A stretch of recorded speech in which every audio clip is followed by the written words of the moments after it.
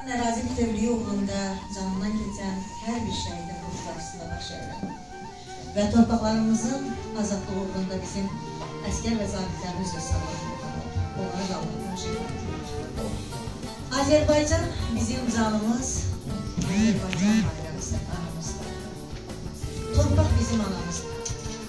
Bugün bizim oğullar əskəri xidmət vəzifəsini yerinə yetirərlər və şəhidlik zirvəsinə uzanan müharibədə iştirak edən oğlanlara, şəhid olan hər bir bala bizim üçün əziz və dəyərlidir.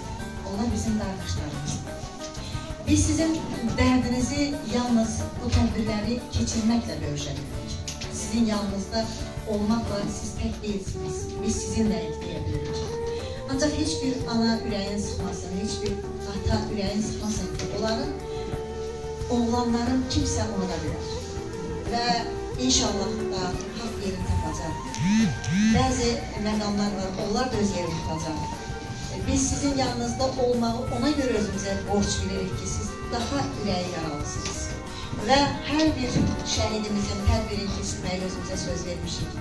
Necə ki biz rayonları, kəndləri gəzirik, görünməyən anaları, bilinməyən anaları tanıyırıq.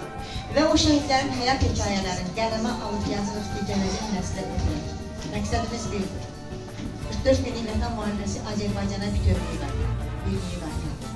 Biz bildiyimiz naminə yollara çıxmışıq. Və mənim əziz anam, əziz atam, mən ataların gözündə yaş görəndə çox kövrəlirəm və istəmirəm ki, atalar ağlasın. Çünki biz həmişə ataları dik duran, güclü saymışıq.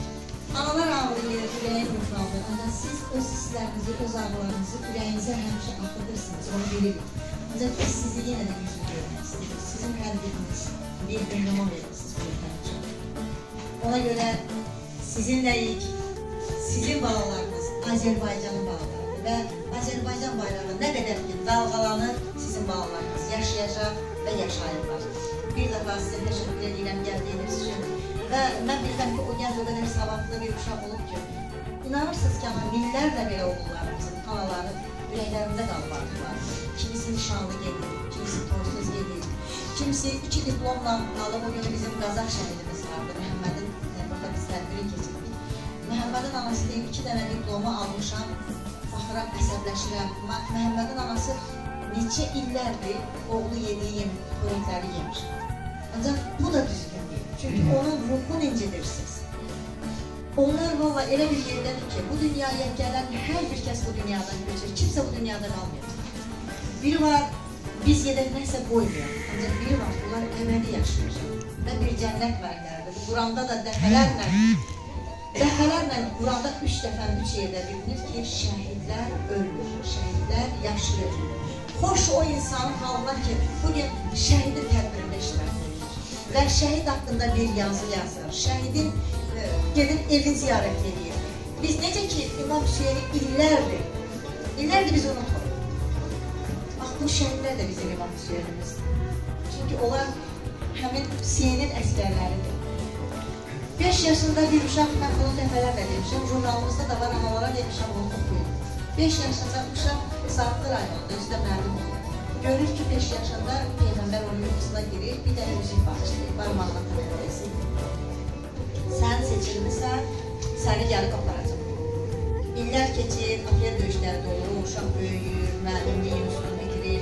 Gedir həmin afiyyət döyüşlərində də iştirak edir, şəhid olur. Hər dəfə o uşaq uzaq görən olub ki, bəs o üzük mənim barmağıma nə vaxt taxılacaq? 44 gün illətən müharibəsi başlayanda özü ömrü gedib oluşur və 44 gün o müharibədə iştirak edir. 44-cü günü Peyğəmbər onun yuxusuna gəlir, o üzüyü onun barmağına taxır ki, sən sabah şəhid olacaqsan. Yəni bu bir yalan deyil. Bunu danışmaqda da məqsədim odur ki, həqiqətən şəhidlər seçilir, şəhidlər yaşayır. Var olun, Allahdan sizə səbir və yüz diləyirəm. Çox sağ olun ki, bizim dəvətimizi qəbul edib gəlmişsiniz. Allah razı olsun.